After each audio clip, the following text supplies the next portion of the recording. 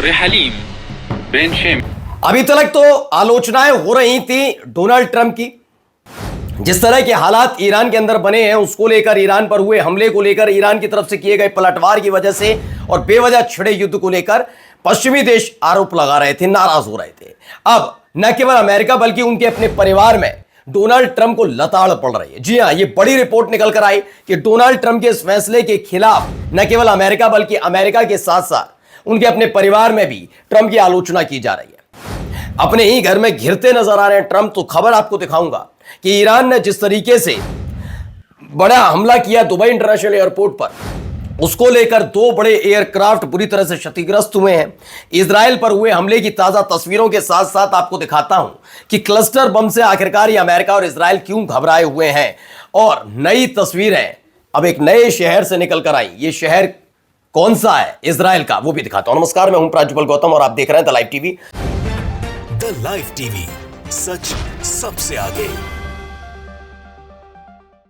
सबसे पहले खबर ये देखिए, ये खबर निकली। Some sources report that pressure on Trump have intensified to the point where criticism over the Iran war has been materialized within his own family. He is him more isolated than ever. दरअसल ये खबर निकलकर सामने आई है। देखिए, इसमें बताया गया कि लगातार उनकी आलोचना उनके घर में हो रही है। घर वाले उनकी आलोचना करते नजर आ रहे हैं।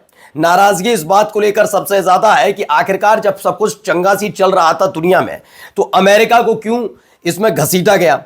यह हो सकता था कि इजराइल की अपनी सोच हो, अपना तरीका हो काम करने का, लेकिन क्या जरूरत थी इस पूरे मसले में अमेरिका को झोंकने की। क्योंकि इसको लेकर अमेरिका के अंदर अब खुद जो ट्रंप है उनके परिवार की तरफ से आलोचना, ये मामूली बात नहीं है, एक गंभीर विषय बन चुका है।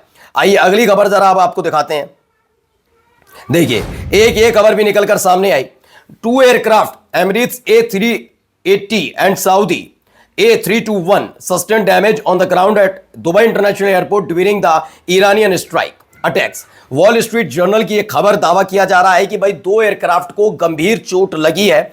ये बुरी तरह मतलब तबाही है या फिर उनको ठीक किया जाएगा, डैमेज, बुरा असर इन पर पड़ा है। ये 2 थे। वहीं आप देखिए इजराइल के हालात क्या, जरा इजराइल के हालात देखते चलिए।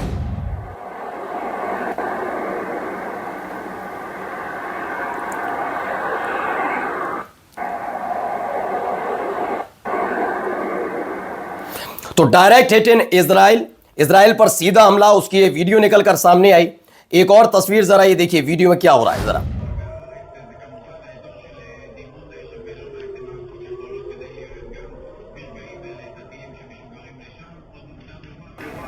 ये देखिए अचानक से तो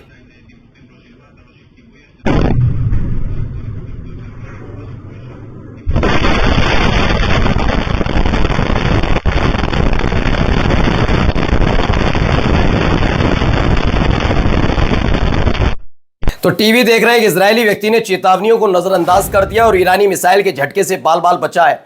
हालात आपके सामने हैं, ये क्या फिलहाल हो रहा है। और देखिए आसमान, देखिए इजराइल का आसमान देखते चलिए।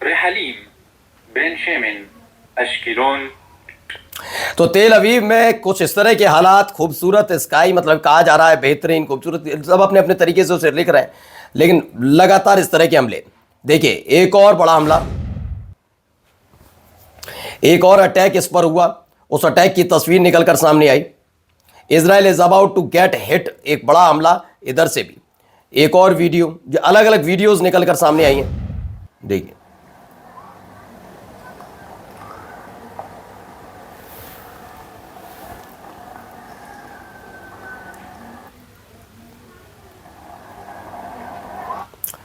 तो ये एक बड़े हमले की तस्वीर है।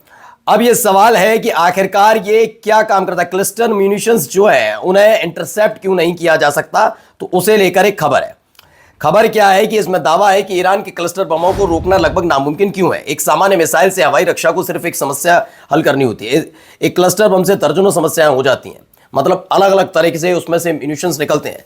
हर एक क्लस्टर बम एक साथ हवा में अपने अपने रास्ते पे निकल पड़ता है, मतलब टारगेट हिट करता है। दुनिया में कोई भी प्रणाली इस सभी को नहीं रोक सकती, मुमकिन ही नहीं है। जो बम जमीन पर गिरते हैं वो हमले के बाद भी खतरनाक बने रहते हैं। बिना फटे हुए क्लस्टर बम सालों तक जमीन में पड़े रहते हैं और जो भी उन्हें पाता उसकी जान नहीं पाता। मतलब कभी भी ऐसा होता है कि देखने को मिला 6-6 महीने 8-8 महीने साल भर बाद वो फट रहे हैं, तो उसका भी एक असर पड़ता है। इसलिए क्लस्टर बम को लेकर काफी नाराज कहा जाए या यूं कहा जाए सहमे हुए हैं इजराइल और अमेरिका। ये देखिए एक और खबर निकलकर सामने आई। खबर है ईरान से। Iran threatened to destroy every desalinations plan to in the Middle East। खबर क्या है? खबर में दावा किया जा रहा है कि ईरान ने मिडिल ईस्ट के सभी जो खारे पानी को मीठा करने वाले संयंत्रों को नष्ट करने की धमकी दी है। अब आप समझ ही सकते हैं कि ये कौन बनाता है खारे पानी को मीठा। नरेंद्र मोदी साहब भी एक वक्त में गए थे और वहां पर जाकर उन्होंने समुद्र का पानी पिया था। चूंकि ये टेक्निक इजराइल का दावा है कि उसके पानी को होने वाले नुकसान का किसी को अंदाजा नहीं है। ये इजराइल की अपनी टेक्निक है। कुवैत पीने के पानी का 90% हिस्सा, ओमान 86%, इजराइल 75%, सऊदी अरब 70% विश्व की सबसे बड़ी क्षमता है। अगर देखा जाए हमला अगर इजराइल ईरान की तरफ से इन पर किया गया तो ये भारी मुसीबत में पड़ सकते हैं, ऐसा दावा किया जा रहा है। एक और जरा खबर देखिए, खबर ये निकल कर सामने क्या कहना है इनको सुनिए। J'ai découvert que la quasi-totalité des moyens de paiement, en fait, en France aujourd'hui, eh bien, ils sont américains. Votre carte bleue marche plus.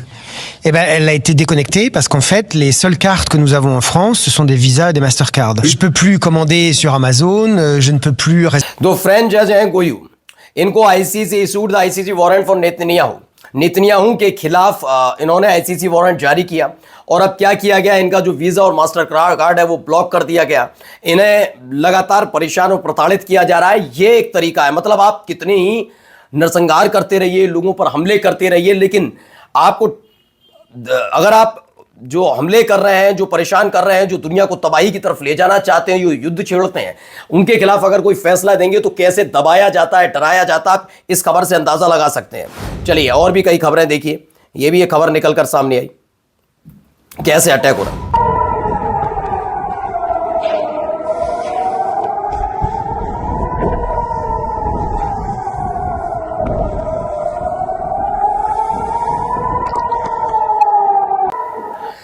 तो खबर क्या है? खबर यह है एस्ट्रम 25 और deadline near, Iran is going hard tonight. यानी cluster munition Israel पर गिरे, यूएई पर सायरन बजने लगे, बहरीन में भी कुछ ऐसे ही हालात बनते नजर आए। हर तरफ वैसी ही तस्वीरें निकलकर सामने आई अलग अलग जगह से। अब इजराइल के हालात ताज़ा ताज़ा देखिए भाई।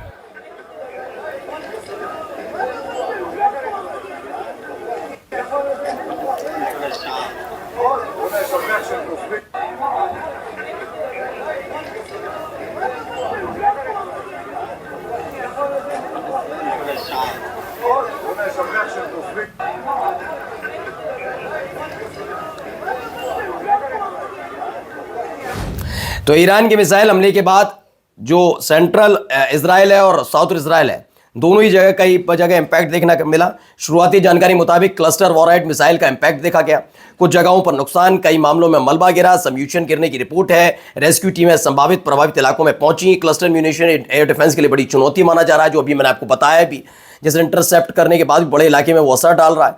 ये अलग अलग जगह से खबर निकली हुई है। एक और खबर है, अमेरिका और इजराइल नहीं रुका तो पिछले 100 सालों की दाब से बड़ी तबाही बस दहलीज पर है।